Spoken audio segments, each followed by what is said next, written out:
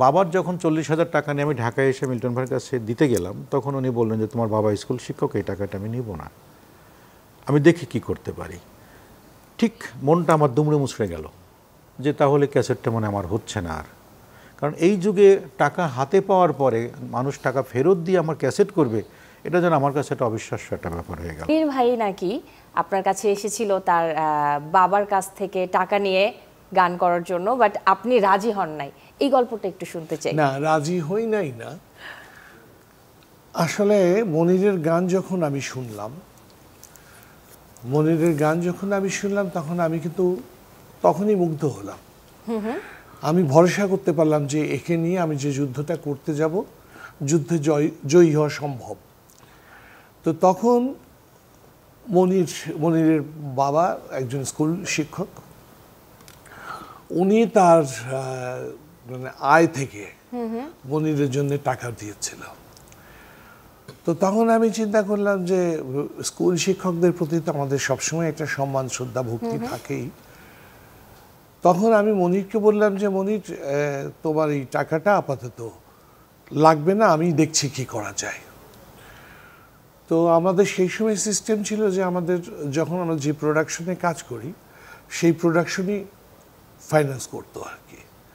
তো ওই সুযোগটা আমার নিতে পারবো ভেবেই আমি কিন্তু মনিরকে বলেছিলাম, হ্যাঁ, যে এই টাকাটা তোমার খরচ করার দরকার নেই, এটা তুমি তোমার বাবার কাছে নিজে ফেরত রাখো, আমরা দেখছি কি করা যায়।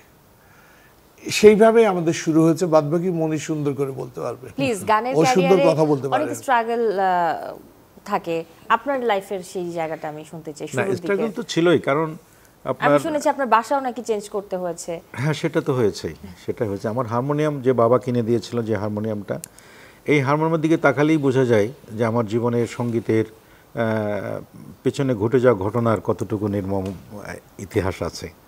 তো যখন লোকজন এসে আক্রমণ করলো গান শিখতে গিয়ে, তো সেই আক্রমণের হাত থেকে বাঁচতে গিয়ে হারমোনিয়ামটা বাঁচানোর চেষ্টা করলাম। তখন কিছু লাঠি টাঠির বাড়ি হারমোনিয়াম পড়লো, একটা জায়গায় ভাঙা আছে। তো ওই ভাঙাটা আমি ইচ্ছা করি ঠিক করি নাই, কারণ যখনই দেখি তখন ওই জিনিসটি চোখে ভাসে এবং আমি আস্তেই করে একদম মোলাম হয়ে যাই।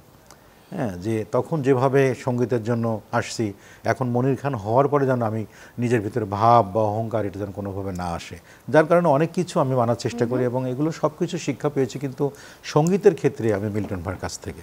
যে একটা মানুষের কীভাবে চলতে হয়, কিভাবে মানুষের সাথে মিশতে হয়, সঙ্গীতে টিকে থাকতে হলে কীগুলো, কোন কোন পথ ধরে হাঁটতে হয়, এগুলো কিন্তু আমি পরিপূর্ণভাবে তার কাছ থেকে পেয়েছি।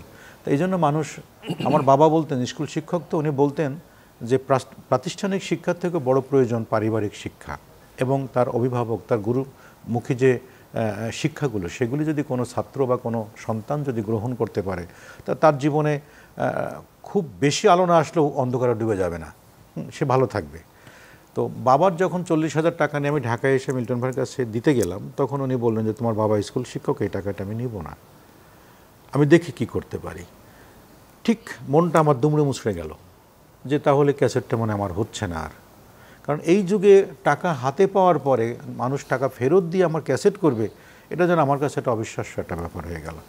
যখন টাকা নিয়ে আমি মন খারাপ করে বাবার কাছে টাকা ফেরত দিতে গেলাম, বাবা আমাকে টাকা বললো যে কিসের টাকা এটা? আমার যে আপনি টাকা দিয়েছিলেন ক্যাসেট করার জন্য, সেই টাকাটি মিল্টন ভাই ফেরত দিয়েছেন, উনি বললেন তোমার ক্যাসেট হবে, একটু সময় আমাকে দাও।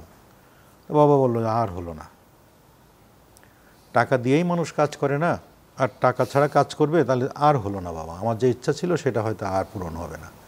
তাহলে যেন উনি যেভাবে বলেছেন আমার বিশ্বাস উনি করবেন কাজটি।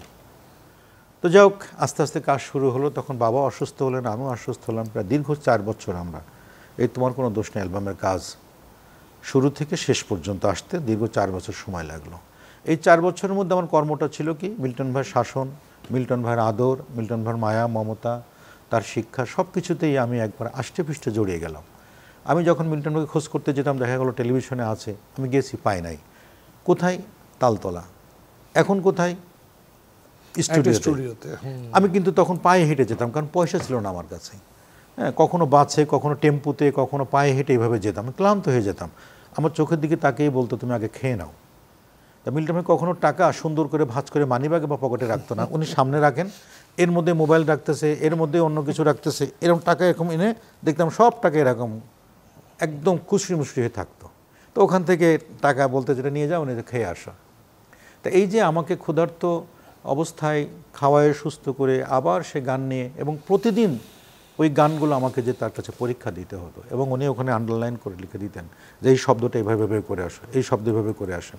তখন উনি ছোট্ট ক্যাসেটে ওয়াকম্যানে আমাদের গেয়ে গিয়ে দিতেন যে তুমি কালকে এটা শিখে আসো। তাই প্রতিনিয়ত যে আমার যে পরীক্ষা দেওয়া এবং তিল তিল করে অগোছালো জীবনটাকে গুছিয়ে তোলার যে কৌশলটা, এটা মিল্টন ভাইয়ের কাছ থেকে আমি শিখেছি। যার কারণে আমি সঙ্গীত পিতা বলি।